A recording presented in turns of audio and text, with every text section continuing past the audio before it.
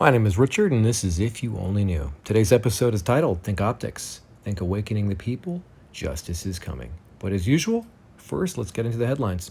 Maxwell's date in court will be postponed until Monday. The Manhattan federal judge on Wednesday evening agreed to postpone the unsealing depositions related to the sex life of Ghislaine Maxwell until the alleged madam can file an appeal. The order by Judge Loretta Preska will, for 2 business days, block the release of documents that relate to a deposition of accuser Virginia Giuffre.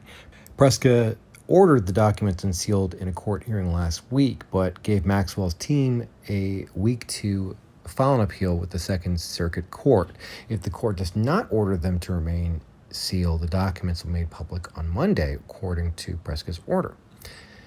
Over 100 police agencies pull out of agreements to guard the DNC conventions on top of the restriction that the Dems have placed on the police. This comes another week after the police formally endorsed President Trump. So even if it were not intended as a message to Biden, it would certainly seem like a message. Also regarding Biden, we know that a running mate is going to be announced in the coming week or early August. However, as we all know, Biden will not be the final candidate. But before we get to that, Biden will select a running mate. Politico prematurely announced that Kamala Harris was selected, but we know that Kamala's numbers were poor at best. She barely had 1% before dropping out, and I'm sure the Dems know that they need someone with more pull to go up against Donald Trump. My impression is that this was a psyop for clicks and part of an effort to create and build up interest or excitement leading up to the decision, but that's not going to be Kamala. By the way, it's hard not to notice what looks like plastic surgery on Kamala Harris, like she's getting ready for something. I do think Biden would appoint Kamala as a cabinet position, but not as VP. Here's an article you won't read in the mainstream media of a company standing up to the woke mob. Trader Joe's in Red State is standing up their ground and not changing their product names to reflect the relentless cancel culture's ethos. With all of the corporations bowing down to the mob, it's actually impressive to see one company standing up. Here's another interesting article from Philadelphia's Inquirer suggesting that the rate of registration for Republicans right now is 5 times higher than that of Democrats. Mind you that Democrats actually outnumber registered Republicans within the state. Is this a silent majority? I do believe so. Check out this article from Newspunch. John Kerry warns of revolution in November if Trump wins while he lays the foundation for it. Given some of the warnings we've heard of a potential cyber attack, it's hard to ignore this. Is it a message to somebody or foreshadowing? Remember optics. Chicago had another weekend of violence, and it was also discovered that the majority of stolen guns are coming from Illinois. This follows just a week after Chicago Mayor Lightfoot reluctantly allowed federal officers to the city in order to investigate claims that the local authorities had everything under control. The silver lining here, however, is that Americans are taking notes. Actually, this week, Americans took a lot of notes. In Minneapolis, residents have been patrolling their own neighborhoods as the city moves to defund the police. By the way, who do you think these people are going to vote for come November? Now, needless to say, people who have been affected in cities across the United States, they've already seen how the government has responded. While the media claims the majority of protests are peaceful, with 183 statues defaced, as I reported last week, courtesy of the Federalist, and businesses and lives destroyed, naturally result of the movement to defund the police crime has soared. This week, we all heard about the reporter who did a complete 180 from claiming the protests were peaceful into going into shock after seeing the Starbucks downstairs from his apartment destroyed, and tweeted considering buying a firearms to protect himself. Well, whatever the original plan was, it certainly has backfired. We know that they expected Trump to just send in lots of troops to overwhelm the protesters, and, well, he didn't. And yet another plan to ensnare the president has failed. As patriots knew the playbook, after the 9 minutes of footage that ran during Barr's hearing, showing how the media falsely portrayed the riots as peaceful, this damaged the Dems' narrative, and many more new people are now connecting the dots. People who only saw the media's false narrative showing the riots as mostly peaceful, well, that fell apart now also. I want to be clear in how I characterize this. This is mostly a protest. It is not, generally speaking, unruly. peaceful protest. Peaceful protesters. Peaceful protest. Peaceful protest. Peaceful protest. Peaceful protest. Peaceful protest. Peaceful protest. Peaceful protest. Peaceful protest. Peaceful protest. Peaceful protest. Peaceful protest. Peaceful protest. Peaceful protest. Peaceful protest. Peaceful protest. In fact, for the first time, many Americans were made aware that the riots in Portland had been going on for over 60 days, never mind a long list of riots that are going on across the country that they didn't even know about.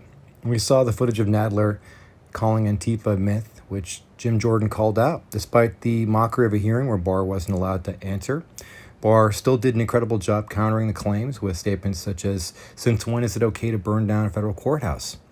Now, for the average person, that makes a lot of sense and is probably painful to watch, seeing how all the Dems would not allow Barr the opportunity to speak. But this only further exposes them to the public.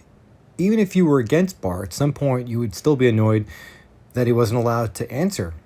Barr was patient for 5 hours as the charade continued until McGrail Powell finally got to what this was really all about. This was really all about asking Barr if Durham investigation would be released before the election. This was all about panic the entire time. However, Barr remained calm and also revealed that there's another member of the team, John Bash, who is investigating the unmasking of Michael Flynn. So not only are the Dems already panicking about Durham, they're learning about another investigation happening as well. On top of this, the DOJ agreed to release FBI texts from Andrew McCabe, which we all know they're going to be revealing and potentially expose he as well as Comey. Also, according to tweets from Adam Huxley in the community's digital news, Peter Strzok has been working with the investigators. Just imagine the level of panic that the Dems, the deep state, and the mainstream media are experiencing, knowing that all these investigations will be coming before the election. But it really just going to get worse. The Frontline Doctors video that Breitbart posted was seen by, 16 million people before it was censored by big tech, namely Facebook, Twitter, YouTube, and Squarespace, which refused now to host the website of the Frontline Doctors. Naturally, of course, Digital Patriots shared the video for the next couple of days as it was deleted, then re-uploaded, then deleted, then re-uploaded some more to millions more all over social media networks. But media outlets also noticed the censorship as well, and more notably, the president discussed this in a briefing. Now, imagine the number of Americans who are now aware of this as a result of this level of exposure. But more importantly, Americans also saw how the censorship took place in plain view. They saw big tech censor a cure which could have saved potentially tens of thousands. For anyone who hasn't seen the relentless censorship from the media, this would be a massive, rude awakening. Remember that just a few weeks back, the media presented a very different perspective, and Yale became one of the respected voices championing HCQ, which was echoed by later on CNN. However, all of a sudden there's a complete reversal. Look at this meme from Jordan Sather. Them, listen to doctors. Us, okay. Them, not her. Them, elevate black voices. Us, okay. Them, not her. Them, we need a cure. Us, here's one. Them, not that one. While Barr hearing exposed the Dems, this was the topic of the week in the public's eyes. No matter how hard this was censored, people were talking about this. They're taking note. In this episode, I also want to discuss the massive nothing burger of the big tech hearing on Capitol Hill on July 29th. Jack Dorsey was a no-show and everything seems scripted. Google denied blacklisting or shadow banning, which we know they do, and there's even an alleged God mode. Mark Zuckerberg defended censoring Don Jr., and Jim Jordan listed 15 examples of censorship being done by big tech, some of which I think were better than others. Representative Greg Stube grilled the CEO of Google on why they are hiding Gateway Pundit and demanded evidence within 2 weeks.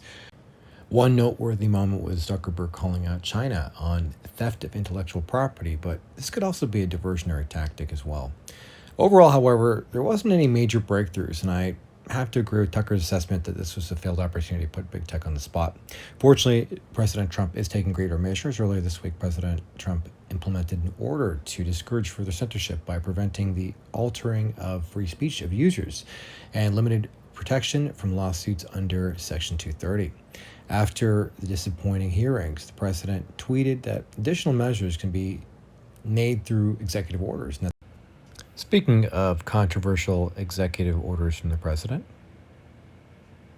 will the president delay elections? I don't believe so, but I expect to hear plenty of uproar on this, and I'm sure you'll see within the media on full blast about power grabs and anything they can use to establish a totalitarian narrative. Now, I want to get to today's topic and explain the title. Think Optics, Think Awakening the People, Justice is Coming. Remember that everything you're watching is a movie and that this is very slowly unfolding. The movie is being directed by the patriots who are in control and who started investigations a long time ago so they would be concluded before the election, just so that the people could see the truth for themselves. This was a plan to make sure that some discoveries come to light at the right time and create the largest impact. This was about waking up the people through timed events. Did you notice how Trump endorsed mask wearing first before the video? We know that this tactic removes the need for mail-in voting and requires use of voter ID. But why was this done before the release of the Frontline Doctor video? While the video was definitely created to inform the public and testify doctors using HCQ, I do believe that the Patriots were expecting censorship from the MSN. Many already knew about HCQ from day one of the president's announcement of the drug for treatment for the virus, and many have awoken from the miasma of the media which discouraged the use of the drug through mass dissemination of false information through the Lancet and phony VA observational study, but not the majority of those still controlled by the mainstream media.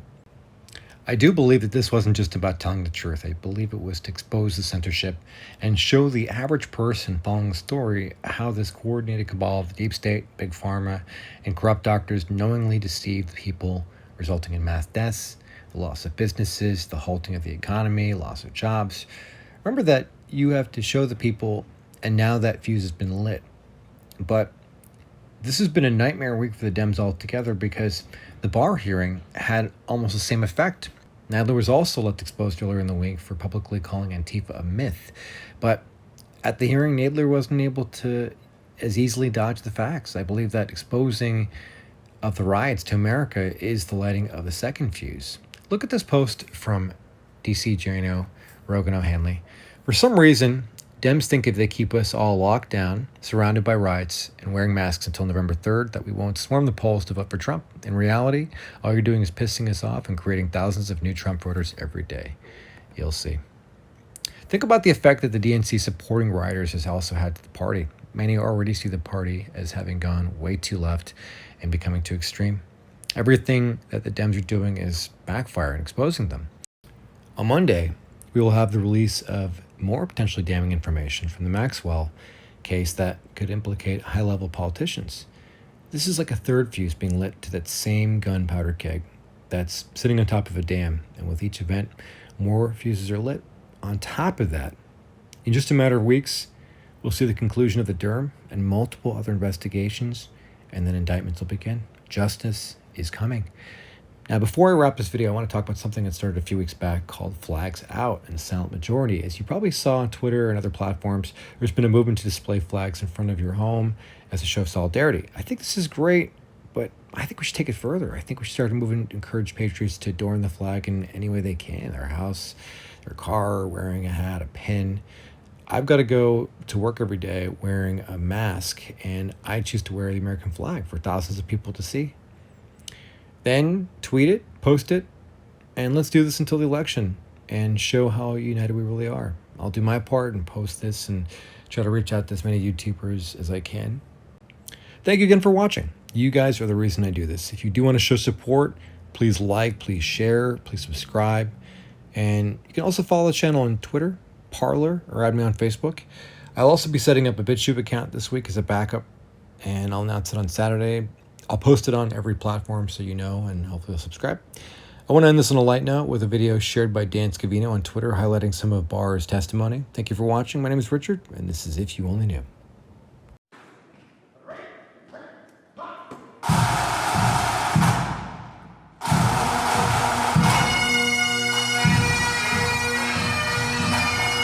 You aware that the rector of the church, that the Episcopal Archbishop of Washington and the presiding bishop of the Episcopal Church nationally, along with the Catholic bishop of the Archdiocese of Washington, all denounced this police assault on the civil rights and civil liberties of the people? Did they do that before or after the fire was put out? So how can you sit here and tell us, why should I investigate the President of the United States, if you're not even aware of the facts concerning the President using the pardon or commutation power to swap the silence of a witness? Because we require, a reliable predicate before we open a criminal investigation. Mr. Barr, if I Yeah, but this is a hearing. I thought I was the one that was supposed to be heard. Well, I waited an hour for you this morning. I haven't had lunch. I'd like to take a 5-minute break. Mr. Attorney General, we are almost finished. We're going to be finished in a few minutes. Otherwise, we can certainly take a break, but You're real classic. yeah, Classic. after this, if you still Well- want, we'll have a break. No, But in fact, you have no evidence that foreign countries can successfully swear elections with counterfeit ballots, do you? No, I don't, but I have common Okay. sense. Body right here would rise up if they decided to go tonight and paint the Capitol building? This body, I'm not sure.